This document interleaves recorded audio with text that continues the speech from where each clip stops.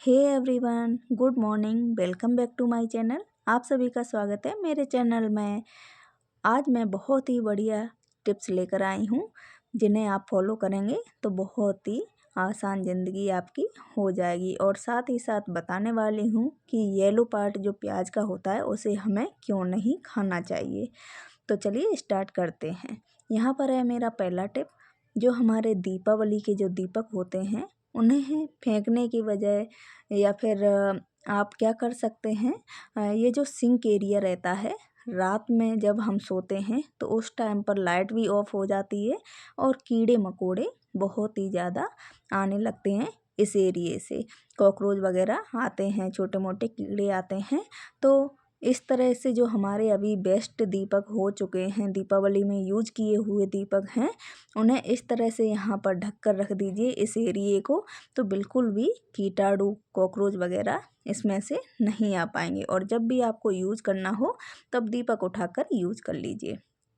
Next पे हमारे इस मिर्ची के डंठल से लेकर ये बहुत ही लाभकारी हैं हमारे लिए, बहुत ही यूजफुल ये डंठल हैं। तो इन्हें फेंकने से पहले एक बार आप ये काम करके ज़रूर देखिए। तो मिर्ची तो हमारे घरों में रोज़ यूज होती है और ग्रीन चिली तो ज़्यादा से ज़्यादा होती ही है। तो इनके डंठल फेंकने से पहले हमें क्या करना है, रात भर इस तरह से पानी में भिगो कर रखना है। और रात भर बाद आपको क्या करना है, इन डंठलों को निकाल लेना है। और उस पानी का आपको जो हमारा गार्डनिंग एरिया होता है, तो गार्डन में आप या तो प्लांट्स में डाल सकते हैं इन्हें, या फिर किसी स्प्रे बोतल में भरकर। अगर आपके जो प्लांट होते हैं उनके पत्तों पर कीड़े मकोड़े हैं या फिर फंगस वगैरह लग गई है, तो प्लांट्स के जो पत्ते होते हैं वहाँ पर स्प्रे कर सकते हैं या फिर प्लांट्स में डालिए। तो बहुत ही हमारे प्लांट हरे भरे रहेंगे और इस तरह से बहुत ही अच्छे से हमारे ये डंठल भी यूज हो जाते हैं। नेक्स्ट पे हमारा इस बकेट से लेकर ये है हमारी डस्टबिन। किचन की डस्टबिन अगर हम ऐसे ही यूज़ करते हैं तो हर रोज़ धोने की धुलने की झंझट रहती है। तो उससे बचने के लिए हमें क्या करना है, यहाँ पर नीचे न्यूज़पेपर लगा देना है 2-3 बार फोल्ड करके, और उसके बाद हमें पॉलीथीन डाल देना है। पॉलीथीन हमारी जो डेली किचन में आती हैं, सब्जियों में आती हैं, वही पॉलीथीन लिए। और पेपर हमारा क्या काम करेगा कि पॉलीथीन में से थोड़ा बहुत पानी वगैरह अगर रिसता है, पॉलीथीन फटी हुई होती है, तो वो पेपर सोख कर लेगा, जिससे हमारी डस्टबिन गंदी नहीं होगी और रोज रोज धुलने की झंझट मिटेगी। नेक्स्ट पे हमारा यहाँ पर नेक्स्ट पे हमारा कि ये जो प्लास्टिक के कंटेनर होते हैं ये हम यूज तो नहीं करते हैं, मतलब खाना वगैरह में यूज नहीं होते हैं। ऐसे ही किसी स्टोरेज वगैरह में रखे, इसमें सामान वगैरह रखे यूज करते हैं।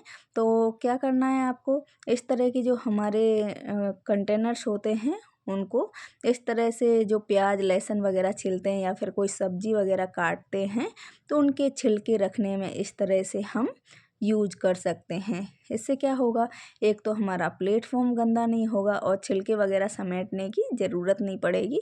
इस तरह से एक इकट्ठे हो जाएंगे, छिलके एक ही कंटेनर में रहेंगे। और जब भी डंठल छिलका ये जो रहता है ना, कचरा रहता है, डायरेक्ट डस्टबिन में डाल सकते हैं, जिससे हमारा प्लेटफॉर्म बिल्कुल भी गंदा नहीं होगा। और जो प्याज का जो येलो पार्ट होता है ना, ये ऊपर साइड में जहाँ से जड़ होती है प्याज की, हल्का सा येलो पार्ट रहता है, तो उसे नहीं खाना चाहिए।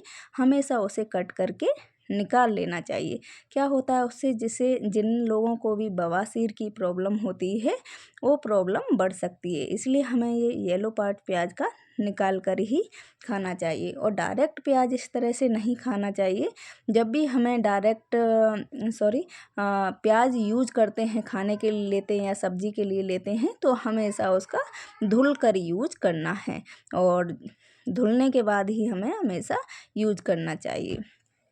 नेक्स्ट पे हमारा यहाँ पर दालों से लेकर ख़ास कर यहाँ पर दालों से लेकर होता है, कोई किसी की दाल नहीं खाता। जैसे मुझे मूंग की दाल बिल्कुल भी पसंद नहीं है। तो क्या होता है, प्रोटीन्स नहीं मिल पाते हैं पूरी सारी दालें खाने की वजह से। तो इस तरह से आप सारी दालों को मिक्स करके बनाइए।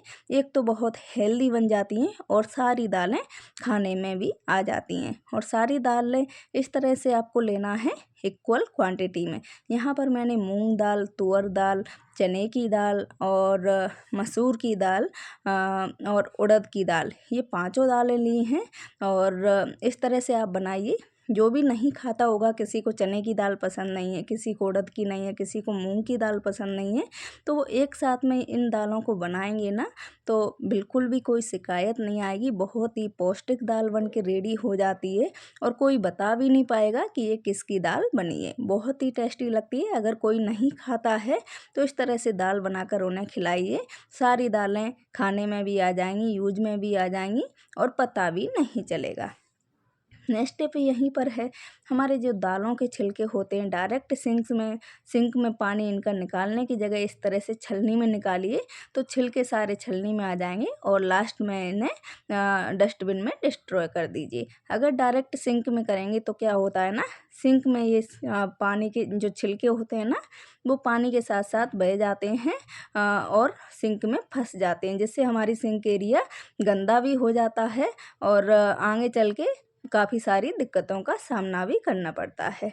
तो 2-3 बार दाल धुलने के बाद इस तरह से अच्छे से कुकर में डाल दीजिए, जहाँ जिसमें भी उबालते हैं उसमें डाल दीजिए और नॉर्मल जिस तरह से आप दालों को उबालते हैं उस तरह से उबाल लीजिए। तो यहाँ पर मैं नमक, हल्दी और थोड़ा सा ऑयल, ये तीनों डालकर ही दाल को पकाती हूँ, जिससे पानी बाहर नहीं निकलता है कुकर की सीटी से और बहुत जल्दी हमारी दाल भी पक के रेडी हो जाती है और हल्दी की वजह से कलर भी बहुत अच्छे से आ जाता है।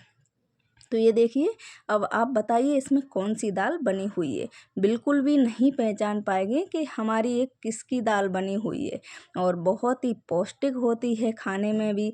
सभी दालें हमारी यूज में आ जाएंगी और कभी ऐसा भी नहीं लगेगा कि ये नहीं खाना दाल, वो नहीं खाना। तो इस तरह से बहुत ही अच्छे से ये टिप है।